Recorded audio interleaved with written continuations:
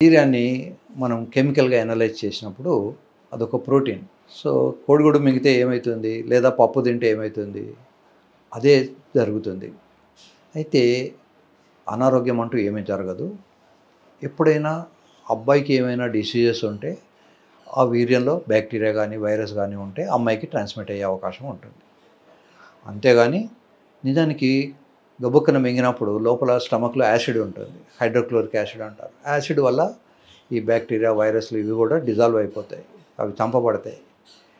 కానీ అమ్మాయి నోట్లో పుళ్ళు ఉన్నప్పుడు గానీ, ఈ మిగతా అబ్బాయికి చాలా డిసీజెస్ ఉన్నప్పుడు గానీ, అది నోటి క్యాన్సర్ రావచ్చు.